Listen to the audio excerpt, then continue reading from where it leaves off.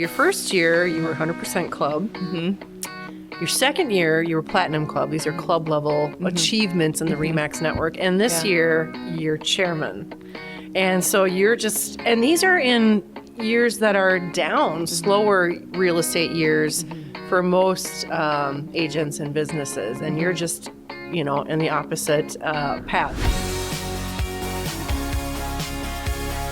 I'm here today with Stephanie Checkley from our Woodbury office. Stephanie has worked for REMAX Results for about 3.5 years, and she's been a realtor for 10 years. And what I've really enjoyed since she's joined REMAX Results is, Stephanie, you have been, this year alone, 2024, you have been on every one of our charts.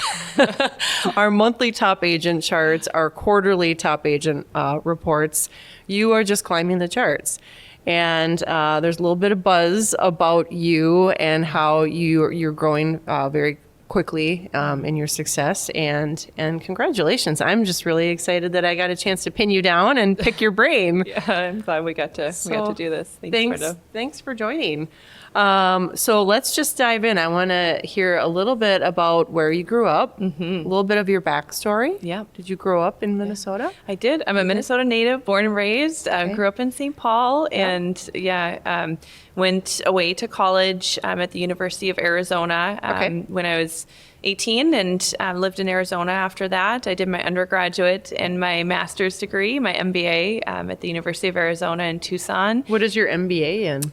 It's with an emphasis on marketing. Very good. Yeah. Okay. I've always worked in sales, and growing up, I was thinking about this yesterday. I literally started doing door-to-door sales like with Girl Scouts, like selling Girl Scout cookies when I was like 9. And my dad, was an entrepreneur and a salesperson, and so he was, he kind of instilled a strong work ethic and like a little fun competition in me as well. And I would sell more Girl Scout cookies than anyone else in the troop. I was just going to say, were you like winning awards? So you've always been an overachiever.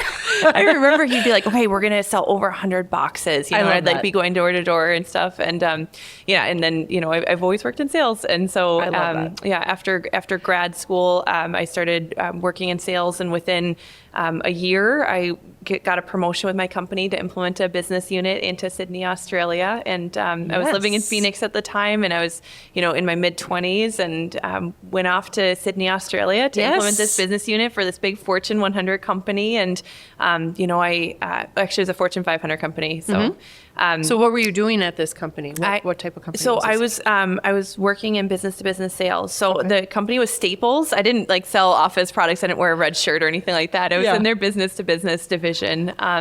And so after working there for a year, went out to Australia to implement their business unit all across Australia. So I lived in Sydney. I managed a sales team out there. And then I traveled to all the different states of Australia, hiring people, like recruiting people, interviewing them, hiring them, training them to, sell in their business-to-business division. How long were you in Australia? I was there for 7 years. Oh, you were? It was, yeah. Okay, now you got your start in real estate in Australia. I did. Right? Yes. How did that happen?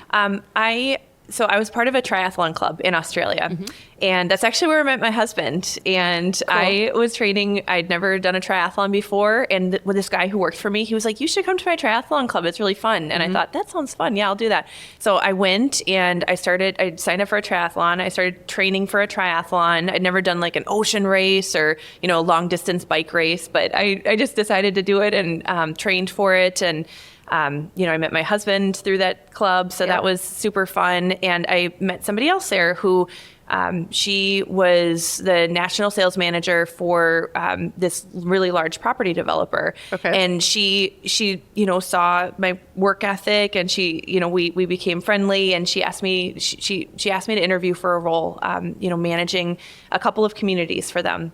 So she gave me the role. She hired me for the role, and I got my real estate license, and I managed 2 communities for this really large global property developer. They are the largest property they're the largest residential developer in all of Australia. So you were selling homes? Were they selling like new construction, single family, or selling lots of land? Lots of land. Okay. Yeah. So one of the communities I managed upon completion was going to be the largest home site in all of Australia. Over 4,000 homes in this community. Okay. And then another one, just a gated golf course community, kind of more of a boutique community. So I sold land and house and land packages. I sold land to small and medium-sized builders in Australia. I would sell packs of land, like 10 or 20, lots to these builders. And then they would, spec up their homes, and then we would take them back and we'd sell them at the sales office. Okay. So I also managed teams of real estate agents who, would sell land to the public in the land releases that we had. What's the difference between getting a real estate license in Australia and here in Minnesota? How much does it vary? Or is it actually similar? It's not too different to actually get the license.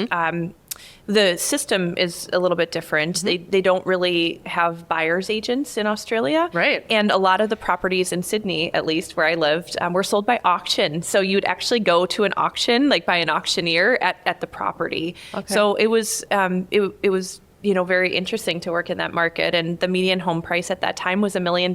So it was a little bit of a different median home price than what we have in Minnesota. Okay. And it was very, very exciting. So when all the changes started coming down the pipeline this year with the NAR settlement, although, we're 60, 90 days into that, not a whole lot has changed. The transparency is there for buyers and sellers. I think it's the changes that did come with that settlement are good changes, but for a while, I think people were thinking that we were going to turn into more of like European or Australia, like with no buyer's agent, so that's kind of interesting. Yeah. But you probably saw that coming and thought, I felt prepared as somebody could be. And, I do coaching as well. So we kind of practice how those conversations might go. But, my husband and I bought our first home together as a married couple in Australia. And so I experienced that purchase without representation. Without representation. And that was before I was a real estate agent. And it was a tricky experience trying to figure out, how to shop a loan and what kind of inspections to get and, the kinds of things that we could negotiate for ourselves without anybody helping us or advocating for us. And so I've seen on both sides, the value that a buyer's agent brings to the table. And that would be scary going it without representation. So did they use attorneys at all, or did you need to? No, it wasn't. Well, we had legal reviews, but So, I was curious prior to meeting with you, sitting down here today. I knew that your production had been growing, but I was blown away to see. Your first year, you were 100% club. Your second year, you were platinum club. These are club level achievements in the REMAX network. And this year, you're chairman. And so and these are in years that are down, slower real estate years for most agents and businesses. And you're just, in the opposite path. So good for you. Like what are you doing? You mentioned you're working with a coach? I do. What coaches have you worked with? I work with Glover. Yes. And I love their program. I love their ecosystem. I really credit it to, a lot of the success that I've had. I'm the one who's done the work, but they've shown me what to do. And I've been really coachable and really willing to take the suggestions that they've given me, and it's paid off really well for me. So I got my start, selling real estate in Minnesota because I had to start over when I came back to Minnesota. I'd lived, in another country, and a lot of the people that maybe I'd known from growing up, like they had their real estate agent, or I hadn't been around, for a long time because I'd been living elsewhere. And so I got my start in Minnesota really doing open houses. And I would do open houses, and I would just prepare myself, really well for those open houses and think about what questions I was going to ask and follow up very diligently. I started farming a community. So I chose a community to start farming, and I got really active in that community. It's also where I live. I got really active in that community, like serving on the board, getting to know my neighbors, taking on the head of committees, for the board. It's just a social board where we live, showing up to the events, being involved in community service. And then anytime I had a listing or representative buyer, like making sure to really, advertise that, and with mailers and phone calls.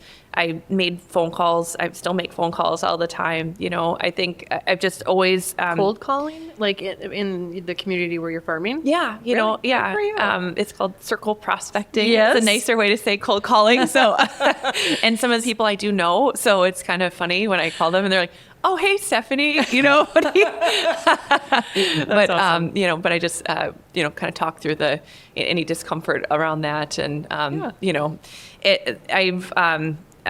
I've really loved farming my community and making those phone calls. Did your coach with Glover, teach you the scripts for circle prospecting? Is that a big thing with there? Okay. Yeah, they did. They gave me some suggestions for scripts. They do have scripts. And then the thing is the head of that organization, Jeff Glover, he told me, hey, if you make these phone calls every single month, after 9 months, you will be the neighborhood realtor. I thought, well, that sounds great. I want to do that. So I just started doing it. I started just calling, every single month. Well, after a couple of months, you can't keep saying the same scripts. So I would have to think of new, things to say to people. So I just would think of things to say to add value. Anytime I could add value, like if there was a power outage, I would call and talk about the power outage and we were going to get power restored. Or if I had if I was doing like a yard cleanup, I'd say, oh, hey, I have a yard cleanup. I have a few other slots. Do you want the person's name and phone number? Even just yesterday, I had some leftover apple cider donuts. My husband bought way too many donuts and I didn't want them around the house, so we packaged them up into little packages, and then I just went around the neighborhood and just knocked on anybody's door who I hadn't seen for a while, or any elderly people, or my friend lost her mother recently, or and then another person's husband went to retirement living, like assisted living, and so I just went and knocked on their door. Anybody who I hadn't met, anybody who'd referred to me, and just dropped off donuts. So you're always checking in with people. It's just a fun thing, and I love my neighbors. They're really lovely, and and I love connecting with people, especially face to face. So I just try to do things like that and just be thinking of others. That's awesome. You mentioned the leftover donuts. It's because you had your client appreciation event recently. Yeah. So when I started is that my your first year. Was that your I was going to say, was this year your first year client appreciation? It was my third year doing this. So okay. my first year selling real estate in Minnesota, I just thought, you know what?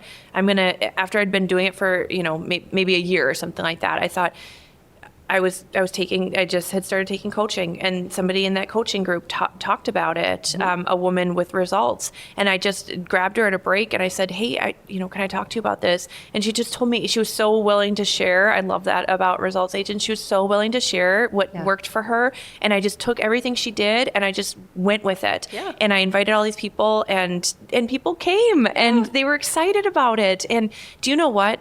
4 or 5 pieces of business came from that client event. Yep.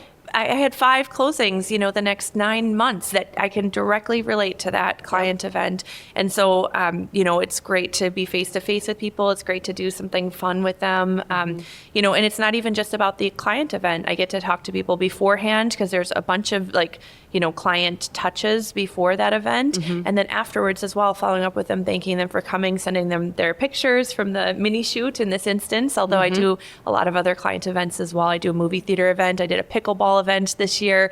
Lots and lots of fun stuff, and lots of people come to them, and I have a blast. So 3 or 4 events. Oh, that's good. Yeah. That's cool. Yeah, I love to stay in touch with people. It's really my goal to someone's realtor for life. I see a lot of agents that will sell a home to somebody and then they just will like forget them and never talk to them again. But I really want to stay in contact with people. And so I have different ways that I stay in contact with them, you know, because I really love my clients. Like we get really close as we're going on the street. We talk a lot, you know, or I'm out showing them houses and, you know, I'm alongside them for every single step of the journey. But I don't want it to just end there. Like I you know, if we've had a nice transaction and 99% of my clients are really, really nice, then I want to stay in contact with those 99% that are really, really nice. They're officially a part of your world. Yeah. They're not leaving your world. And if you know, if they don't want to come to the event or it's not a fit, that's fine. But you know, they're invited. So you make it sound so easy. You're a natural. You're a people person, and you can tell that you really, really do care. I do. Yeah. So your husband joined your business. Was that this year? Last year? I guess it was late last year. Okay. And my husband was a lifelong consultant. Okay. He was a management consultant. He worked for one of the big four consultancies. Okay. You know, in London, you know, where he's from, and then in Sydney, and then in, you know, Minnesota.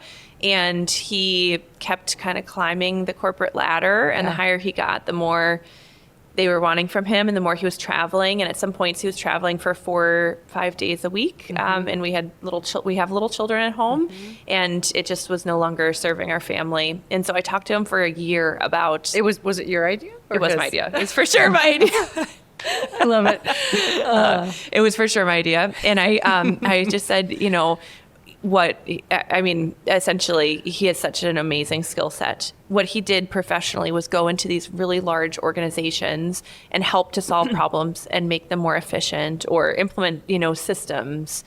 And I wanted that support for my business, you know? And so we talked for a year, and he continued to watch my business grow and grow and grow, because once I started coaching, I was no longer, you know, in any sort of like real estate roller coaster. It was just The coaching really made things take off. Yeah, it was a really like steady growth and very consistent, because I became very, very consistent with my behaviors and the actions that I was taking. And so my husband watched that for a year. And then at the end of the year, he was like, okay, let's do this. So he's the head of operations now. He doesn't sell real estate. He is systemizing my business and putting processes and, you know, standard procedures, SOPs, standard operating procedures into my business. And it's been absolutely wonderful. So he's making us even more professional and systematic. And I'm really grateful for that. And we work really well together. Do you have monthly goals, quarterly goals? Do you like the smaller set? I just do monthly goals. You so do? I know how many homes that I need to sell every single month to hit my goals. And I know also that some months are going to be more than others, but I've just divided it equally every single month. And every single month I've hit what I needed to hit. Did the coaching get you, or I have a feeling you're just wired this way, but I have to ask, did you... Do you get up every day and sit down at your desk and just start making those phone calls? Like, so do you tell yourself I have to do 10 calls a day, for example, and I have to do, or does it just, is it less system? Well, you have the systems. Your husband's actually setting those up or getting those in place for you. But like, what's a typical day for you? Sure. Before I was coaching, I did not know how to structure my day. I would get so busy, like working on one deal that I would not be prospecting and doing the activities that I needed to keep the pipeline full. And then I would start to feel nervous when that deal was coming to closing, because I hadn't been doing the work to, you know, get the other deals in the background. And then after I started coaching, then I realized that no matter how busy I am, I still needed to be spending just an hour and a half a day, you know, reaching out to people, prospecting, following up, touching my database, following up with leads, circle prospecting, door knocking, doing an open house, just some sort of lead generation. So that's what I do every single day. Okay. So I get up early. I've got little children, so I get up early so that I can pray and meditate and, you know, center myself for the day and do exercise and, you know, just get in a really good headspace for the day. Then we have breakfast together, and then, you know, my husband actually facilitates the school drop-off. So then I get to work at 8 a.m. and then I just make those phone calls, you know, send text messages and just hop on the phone from like 8 to 9:30 every day. So I really try to protect that time. And then after that, I will get into, you know, like following up on deals that I have in the pipeline or withheld listings, you know, and figuring out, you know, that's more like servicing my existing clients. But it's different to prospect for new clients than servicing existing clients. And, you know, if I think I'm prospecting when I'm only servicing existing clients, then I'm actually not continuing to, to lead generate and to meet new people and get in front of new people. So, so that's kind of how my morning looks. And then I try to go on an appointment every day or have a buyer consultation every day, and have my appointments like in the afternoon. I try to not do evenings unless that's the only time that's available. And then Saturdays are a very, very busy day, and I try to not work Sundays, but that doesn't always happen. So, yeah. Well, so you are very disciplined. You have, yes, now I am. You have to be. Yes. Yeah. Good for you. Yeah. Tell me, share something for our listeners actually about services that you provide that you would like, maybe potential clients to know about, or what is it that's, I'm already across the table here listening to what sets you apart from other realtors. But what else? What else do you do? For my listings, we're very, very systematic about how we do things. So, I use a stager for every single listing I have. So after we've signed the listing, we look at comps, like we've gone through the process of, kind of talking about what differentiates me and some of the activities that I do that are different from other agents, so that they, understand what my value proposition is.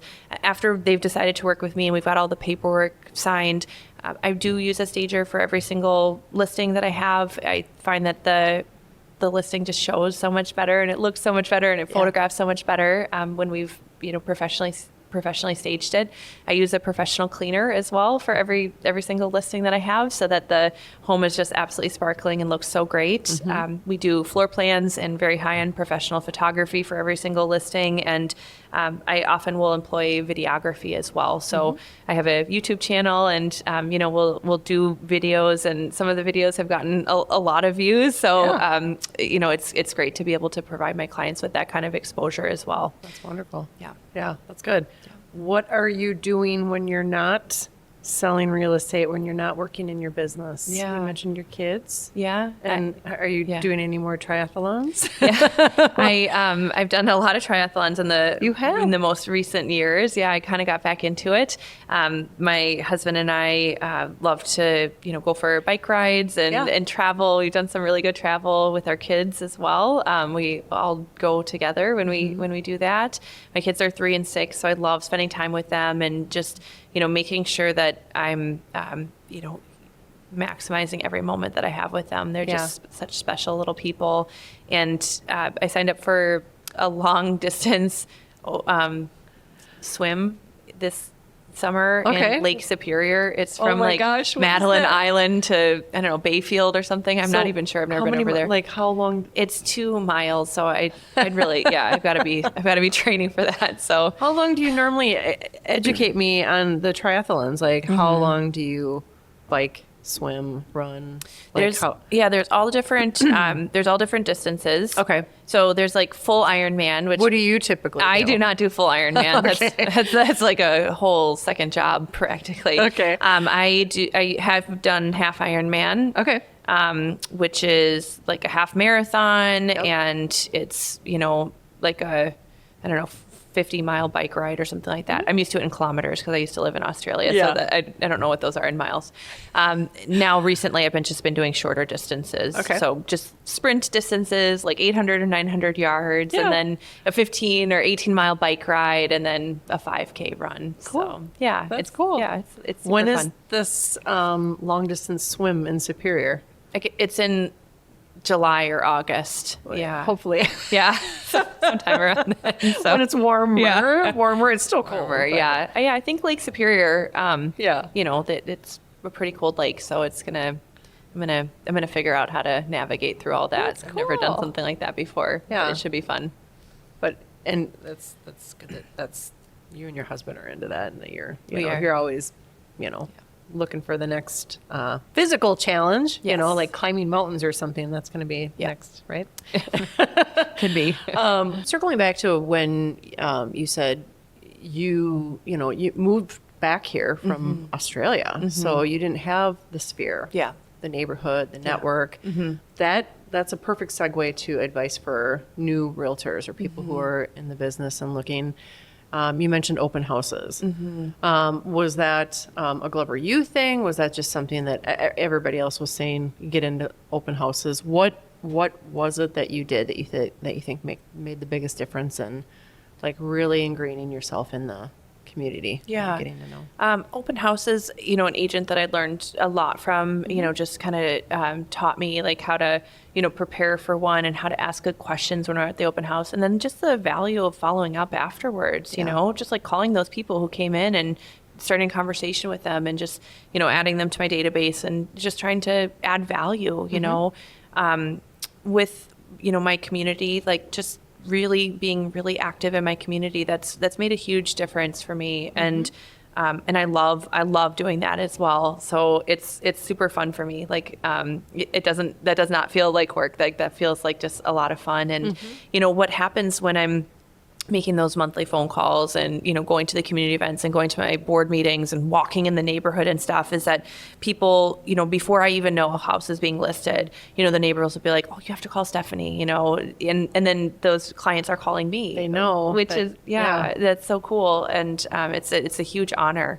Some of those people have lived there like 50, 60 years. And that's a huge honor to get to be the person that helps them like make that next move. You're officially that person. Yeah. Because you hear the stories, realtors all the time about the house next door or across the street that went up for sale with somebody else's sign, and they're like, darn it. Yeah. But chances are they maybe weren't, doing those touches or building those relationships. Yeah. So. Yeah. If we, aren't adding value to people and building those relationships and just kind of staying in communication, not about real estate. I don't want to be the kind of person that somebody would cross the street because they don't want to talk to me, so I don't talk to them about real estate, really. Like it's not a real estate conversation. It's just a relationship. And they know what I do. They see my sign all around. I send out postcards. I advertise when I've, sold a house. And, I'm not shy on my Facebook about sharing milestones and letting, people celebrate those alongside me because I'm very excited about them. Yeah. But when we're talking, it's not going to be about real estate. So, but, just being consistent and then choosing a business source that works for us and then continuing to choose that. There's so many options and there's so many choices and there's so many people that are being successful or having success with different things that they're doing. And so I think a lot of people might just get like shiny object syndrome where they jump from one thing to another without really, getting like drilling down deeper on one thing, it's like, okay, if this is working for me, then how can I maximize value? Like, is there a way that, I can, if I'm having success with open houses. So I think my first year I sold like 14, transactions and they were all from open houses, so if I did, 28 open houses to get those 14. Then if I do, 50 open houses, then will I get 28? Well, the math works out that's actually what would happen. So can I double down on that business source before I start to look at implementing something new and different? Have you ever been approached to mentor or coach or train another? Has anyone in the Results Network ever approached you? Yeah. Because they see your success and they say, Stephanie. Yeah.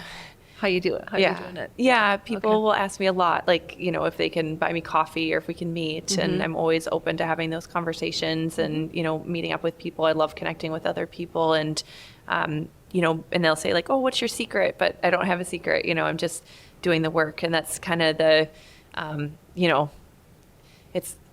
it's not glamorous sometimes. Like sometimes I'm literally, I go door knocking every single week, every time I have an open house, I door knock like 10 doors to the left and 10 doors to the right.